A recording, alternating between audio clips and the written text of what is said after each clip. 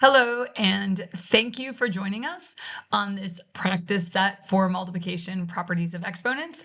Please give this video a thumbs up if you find it helpful, subscribe for more math content, and check out the other videos on the channel for help in whatever you are studying in math. As always, pause the video to work these problems on your own and then come back to check your work.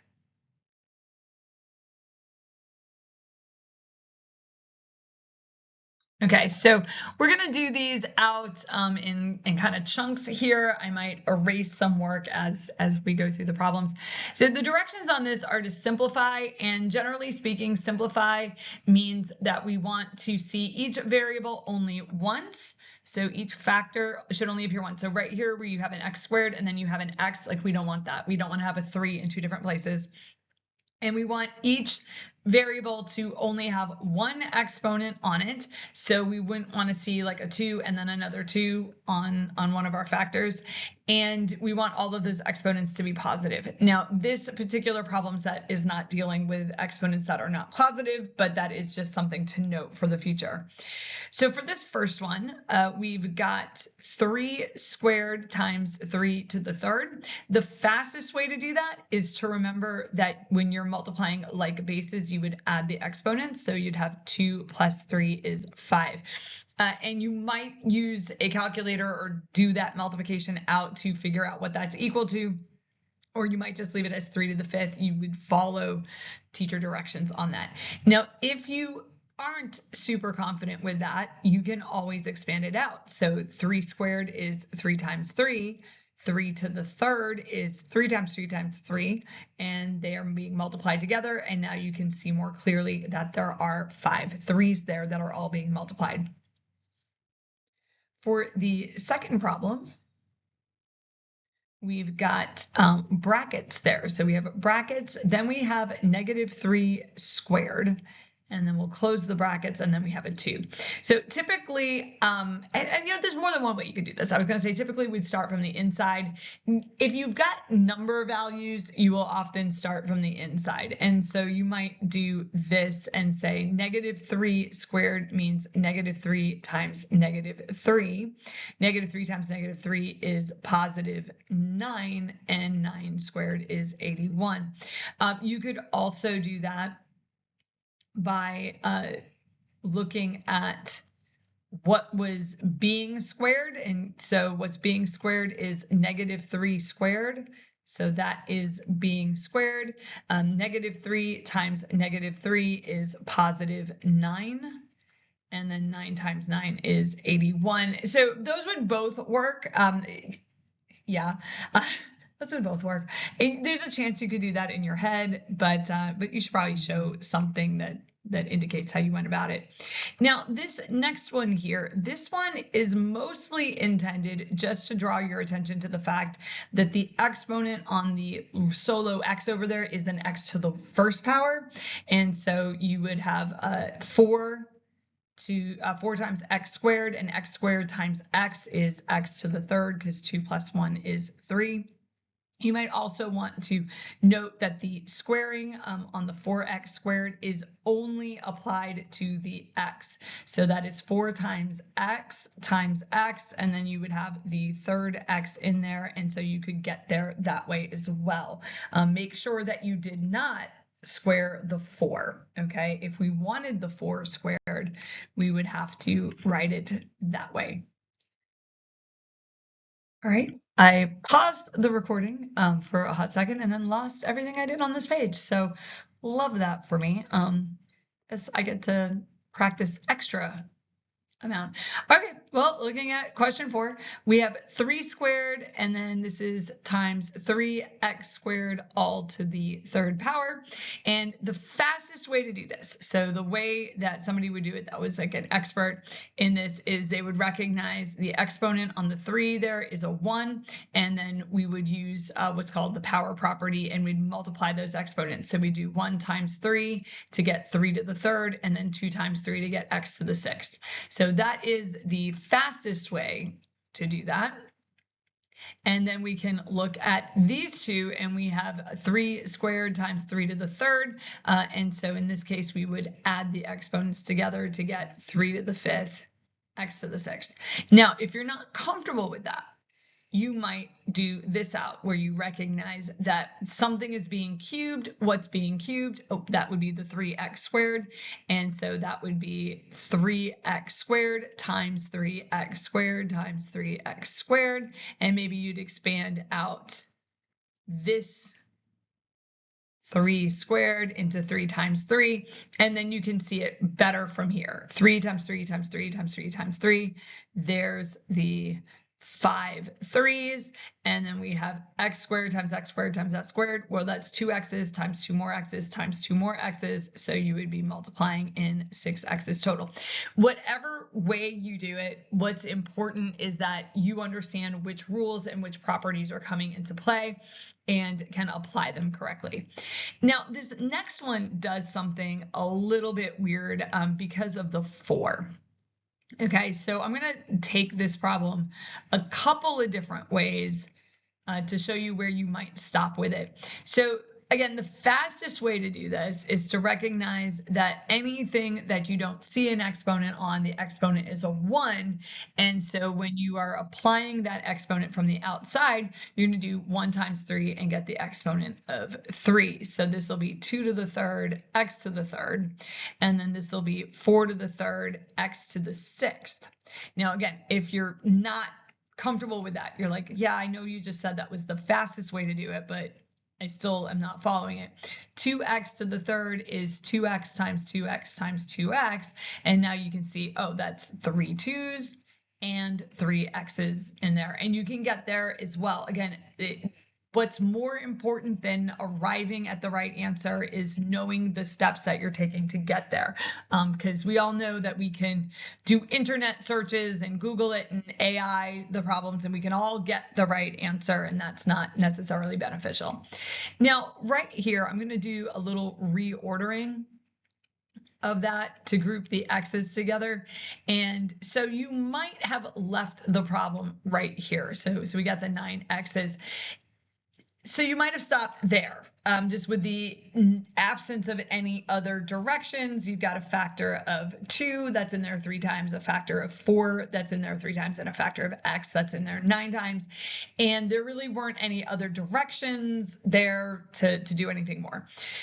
You might have gone on and done this. 2 to the 3rd is 8, 4 to the 3rd is 64, and then 8 times 64 is 512.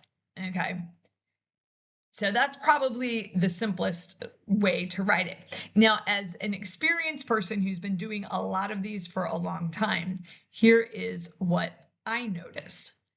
I know that 4 is equal to 2 squared. And so what I can do there is I can take that 4 out and I can replace that 4 with a 2 squared. So I'll show you what I mean by that. And I'll do this in a different color so that you can see it. Okay, and I want you to notice all the things that are the same. Anything that's in green, I did not touch. So 2 is the same, 3 is the same, exponent of 3 is the same, x is the same, 9 is the same. The only thing that's different is I took out the 4 and I substituted it with a 2 squared, which I know I can do because they are equal. Now I've got 2 to the 2nd power to the 3rd power, and I know I can multiply those exponents to get 2 to the 6th power. Okay, and then 2 to the 3rd times 2 to the 6th is 2 to the 9th. So you could leave your answer there. Another way you might leave the answer is 2x all to the 9th. That would be a little bit debatable, like who thinks what is simpler. Okay, so you could have stopped that in a number of different places. If you ended up stopping the problem up here, I wouldn't consider it wrong for the purposes of this practice set. Just kind of note that, oh, there were some other things you could do with it, or if like you're comparing your answer with a friend's answer and you've got different answers, that there are some options there for what that final answer might look like. And let's take a look at number 6. So we've got negative xy all squared times x squared y to the 3rd all cubed. So I'm going to go ahead and do this one by expanding it out. And I've got a reason for why I'm going to do that. So that's negative xy times negative xy. And then on this one, we could do this out like cubing it, or we could kind of take that shortcut and say that's going to be x to the 6th, y to the 9th. Either way. So what I did there was I just multiplied 2 times 3 and 3 times 3 to get that expression. Now, the reason I wanted to do this out is because of that negative. If I have negative x times negative x, a negative times a negative is going to give me a positive, and x times x is going to give me x squared. And so that's where I want to land with that. I want to make sure that I'm landing at x squared, so that I'm actually squaring the negative as well. So that'll give me x squared, and then y squared right there. X squared times x to the 6th, so you got 2 x's and then 6 x's, so that's going to give me 8. And then this will be what 2 plus 9 is 11. So the reason I wanted to do that is because if you did this, so if you've got like negative x and you're squaring it, that means negative x times negative x, which is actually positive x squared. However, if you just kind of move that exponent through and you wrote that, that is a different thing. That is negative of x squared, which would give you negative x squared like that. So it's not what I guess we kind of started and landed in the same spot. But the parentheses do make a difference there. So the fact that that negative is inside the parentheses means that that negative is going to get squared along with the x and the y that are inside.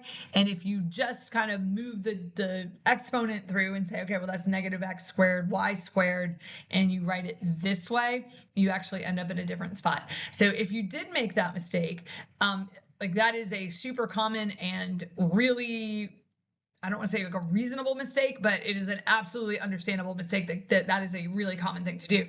Just make a correction, like grab a pen, a colored pencil, something a different color from what you worked the problem in, and just go and make that correction so that you see the difference. All right, looking at these ones. So number 7 here, we have x squared y z to the 3rd times x y squared z squared all to the 3rd, and I am going to use the shortest possible way to do that. Remember that the exponent on the 1 or on the x there is a 1. So this is x squared y z to the 3rd, and then this exponent is going to be applied to everything. It's not distribution. Okay, so like don't even think the word distribution, but you are able to multiply that exponent by all of the interior exponents. So 1 times 3 is 3, 2 times 3 is 6, and 2 times 3 is 6. And now we can go and find our like factors. So I have x squared times x to the 3rd. That'll give me x to the 5th.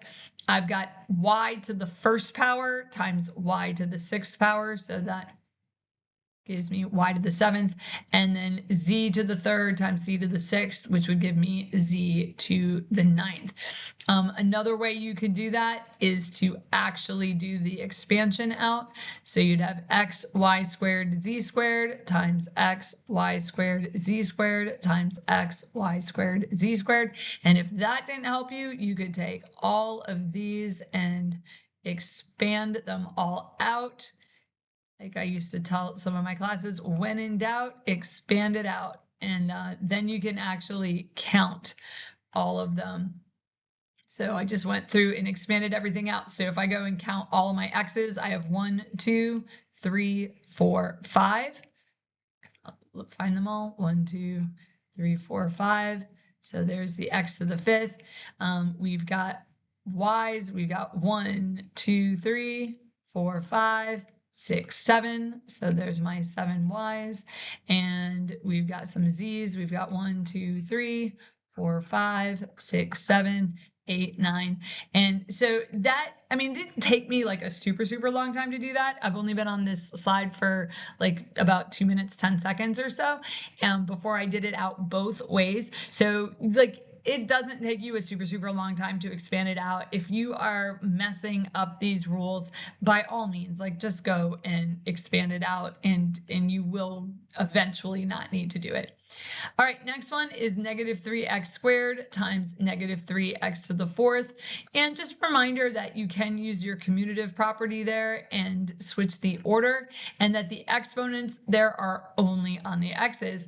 Negative 3 times negative 3 is positive 9, and x squared times x to the fourth would give me x to the sixth. So I have 6 x's there. Okay. Which is greater? 3 times x to the 3 times, I can do this, 3 times 4 squared or 3 times 4 squared. And notice how verbally they sound the same. A lot of times in this one, we would say 3 times 4 all squared. So we'll put the word all in there, and that is a way of signifying the parentheses. Or you might say parentheses 3 times 4 squared, or parentheses 3 times 4 close parentheses all squared. Like, so we'll try to find a way to not say those the same way. Using order of operations, so we've got 3 times 4 all squared. That 3 times 4 is 12, and 12 squared is 144. 3 times 4 squared, well, now order of operations is a little bit different. 4 squared is 16, and 3 times 16 is 48. So do those parentheses matter? Yes. Does it matter whether the exponent is with the 3, the 4? Now, just so you guys can see this, if you've got 3 times 4 all squared, that is 3 squared times 4 squared, which would be 9 times 16, which is the 144. So absolutely, yes, the parentheses do matter. Okay, and we want to know when our parentheses matter. And then the last one is use a calculator to evaluate. So this is one of those things that I won't use a calculator, I'll do it out. But I don't see students do this too much. So looking at the 3 plus 4 all squared, 3 plus 4 is 7, and 7 squared is 49. Over here, 3 squared plus 4 squared, well, that's 9 plus 16, which is 25. And what you really, really want to notice is that they are not the same. So you cannot just take that 2 as the exponent and just apply it to everything in the parentheses. It just doesn't work. It doesn't give you the same values. Now, I don't see students do that too much with numbers, but I will see them do it with this. And so they'll say, oh, that's x squared plus 3 squared. Well, no, it's not, because if it doesn't work with the numbers, it does not work with the variables either. It is true that if you have 3x squared, that is 3 squared x squared, but it does not work if you have a plus sign. All right, so that is the practice set for this set of problems. Like and subscribe if you found this video helpful. Please drop a comment or question below, and check out some of the other videos and playlists on the channel. We have everything lines, we have videos on Desmos, we have videos with algebra tiles, and if there's something that you're looking for that you don't see, that's what your comments are for. Thank you very much. I'll see you in the next one.